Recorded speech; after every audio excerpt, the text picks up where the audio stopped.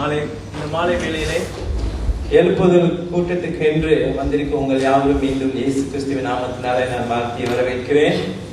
இந்த நாளிலே நம் மத்தியிலே தேவ சேவையை தாங்கி வந்திருக்கிற சகோதரர் சுசி பிரபாகராஜ் அவர் வந்திருக்கிறது நமக்கு மிகுந்த மகிழ்ச்சியாக இருக்கிறது.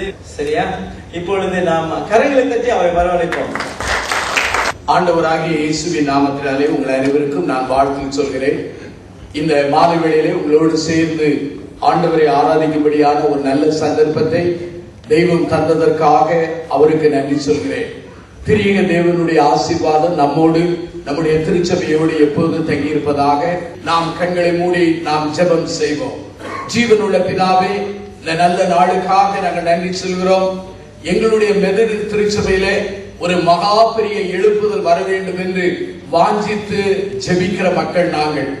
அதை எதிர்பார்த்து ஆண்டவரே தாகத்தோடு காத்திருக்கிறோம்.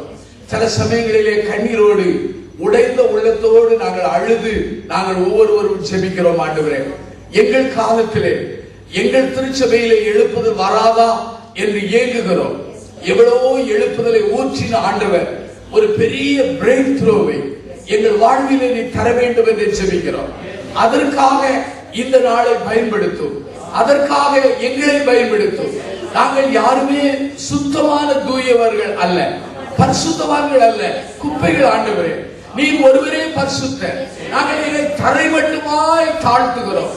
எங்கள் மத்தியிலே உங்களுடைய மகிமை வெளிப்படுவதற்கு என்னுடைய தனிப்பட்ட வாழ்க்கையின் பாவங்களோ எங்கள் பாவங்களோ தடையாய் வந்து விடாதபடி